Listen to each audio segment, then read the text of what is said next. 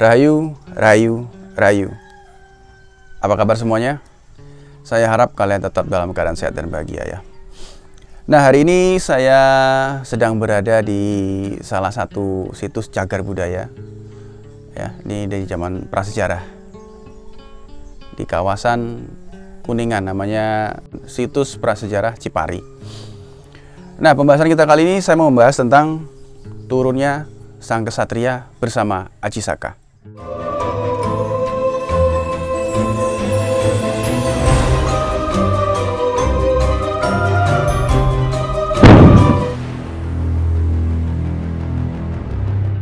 Nah teman-teman, kalau kita lihat di sekitar sini kan kebetulan ini tempatnya sangat enak.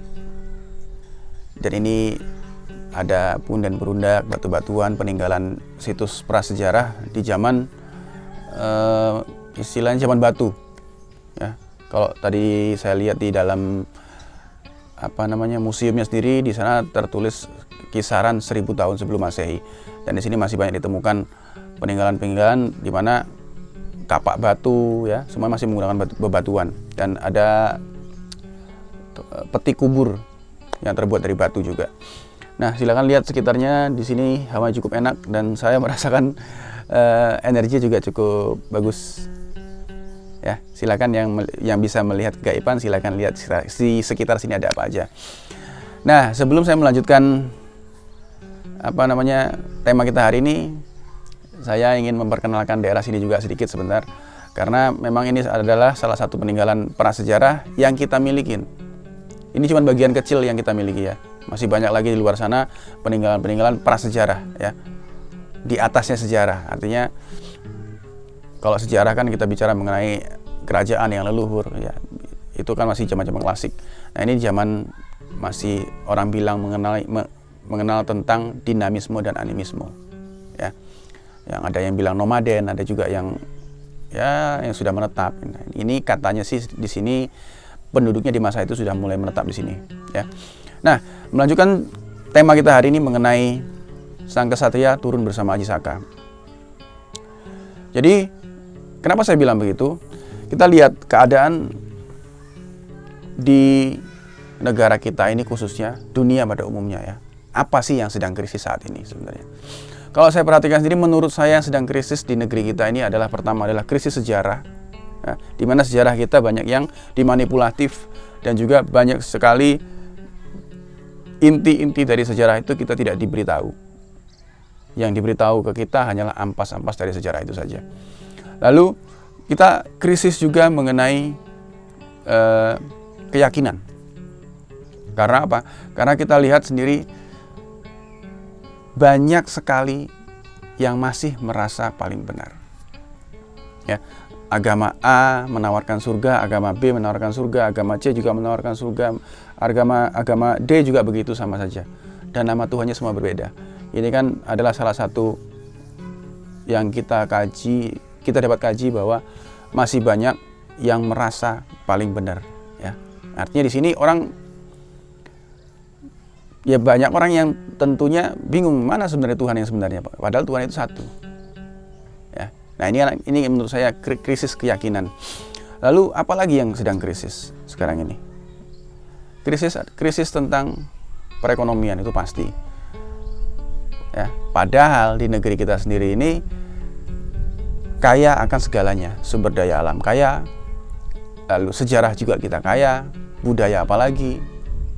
Ya. Kenapa kita miskin? Nah, jadi kalau dulu di dalam video saya pernah menjelaskan ada yang disebut kemuliaan, kesaktian, dan kesempurnaan.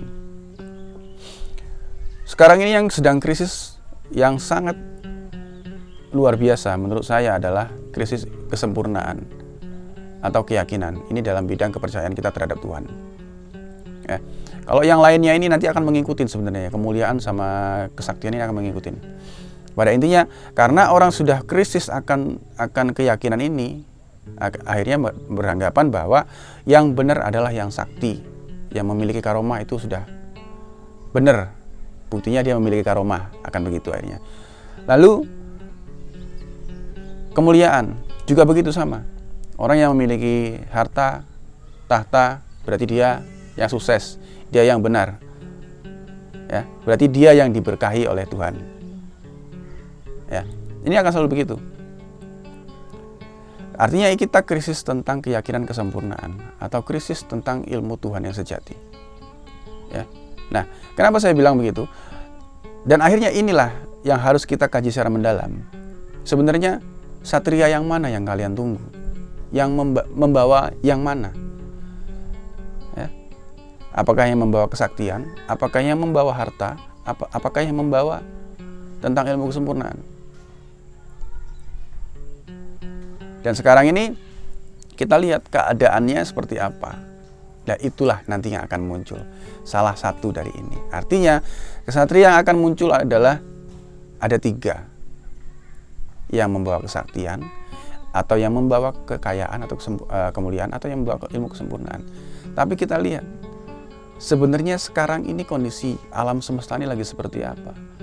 Alam semesta ini apa yang dibutuhkan? Apakah kesaktian? Ya, apakah kekayaan? Apakah ilmu sejati atau ilmu sempurna?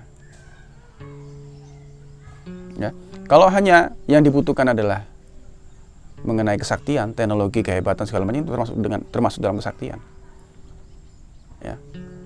Ya, nanti hanya dapatnya ini saja. Dan ini pun kesaktian pun nanti akan berdampingan dengan kekayaan, kemuliaan. Selalu berdampingan ini. 2 hal ini selalu berdampingan.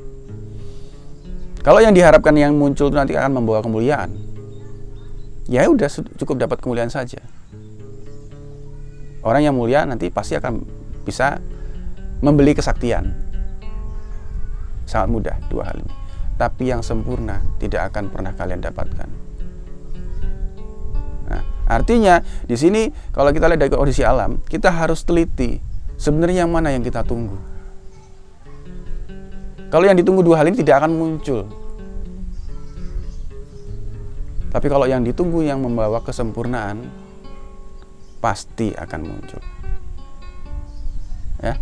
Tapi kalau yang 2 yang diharapkan tidak akan muncul. Karena muncul atau tidak itu tergantung kita semua. Ya.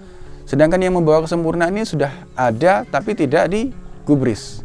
Karena tidak membawa dan tidak membawa kesaktian dan tidak membawa kemuliaan. Meskipun beliau bisa, tapi tidak ditonjolkan 2 hal ini. Ya. Artinya kita harus teliti bahwa yang membawa ilmu kesempurnaan inilah yang akan muncul. Ya, dan kita harusnya yang kita tuju adalah yang membawa kesempurnaan ini.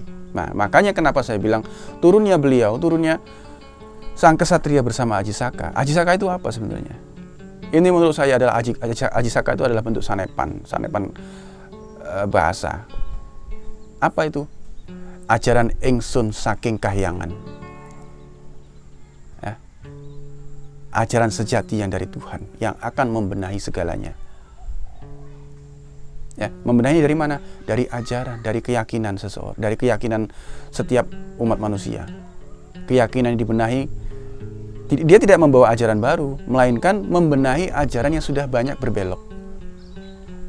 Ya, tujuannya sudah tidak ke Tuhan lagi. Tujuannya kebanyakan hanya kepada kesaktian dan kemuliaan, ke harta bendaan, ke material. Ya. Justru kalau semua tujuannya hanya bentuk dalam materi, itu sudah pasti bukan sejati, bukan ilmu kesempurnaan. Makanya saya bilang turunnya beliau bersama Ajisaka. Jadi beliau turun membawa ajaran ingsun saking kahyangan. Ya, ajaran sejati dari Yang Maha Kuasa. Inilah yang nanti akan dibawa beliau, dibenahi semuanya dari keyakinannya dulu, ketulusannya diperbaiki, akhlaknya diperbaiki. Ya, kalau semuanya sudah baik dan benar, barulah kemuliaan akan turun, diberikan kemuliaannya. Karena apa, percuma kalau sekarang semuanya mengenai keharta bendaan itu dikeluarkan semua, tapi ternyata manusianya semuanya masih serakah, ya harta seberapa pun pasti akan habis, tidak ada gunanya. Makanya selama ini kenapa saya jarang sekali membahas tentang harta benda, karena itu ya, karena saya tidak kepengen semuanya yang diharapkan hanya itunya saja ya.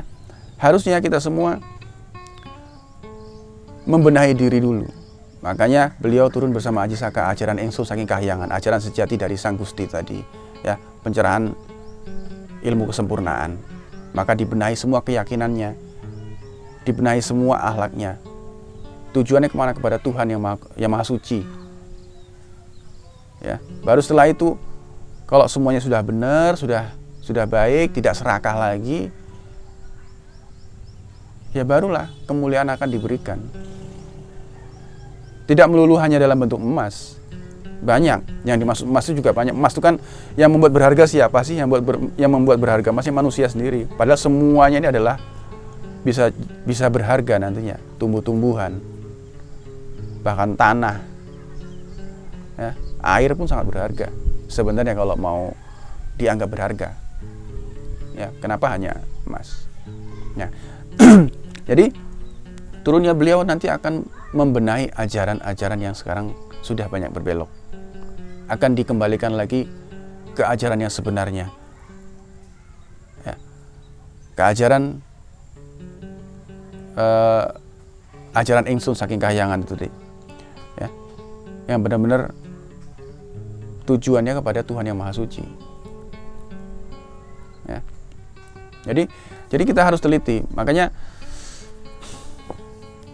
kemarin di beberapa video saya sebenarnya sudah saya kasih apa namanya clue mengenai ini semua, Togok Ismoyo Manikmoyo itu kan sebuah clue sebenarnya. Jadi ya lihat sendiri sekarang apa ya, orang banyak percaya dengan kesaktian, dengan yang membawa harta, padahal yang dibawa ke dalam alam kelanggengan sana bukan dua hal ini ya. Kesaktian dan kemuliaan ini tidak akan pernah dibawa mati, putus di dalam dunia ini saja. Tapi tuntunan kesempurnaan itulah yang akan membuat mulia hidupmu di alam langgeng. Itu ya. Jadi Aji Saka adalah ajaran Engsun saking kahyangan, ajaran sejati dari Sang Gusti ya. Jadi semua nanti akan dibenahi, dikembalikan ke ajaran yang sebenarnya ya.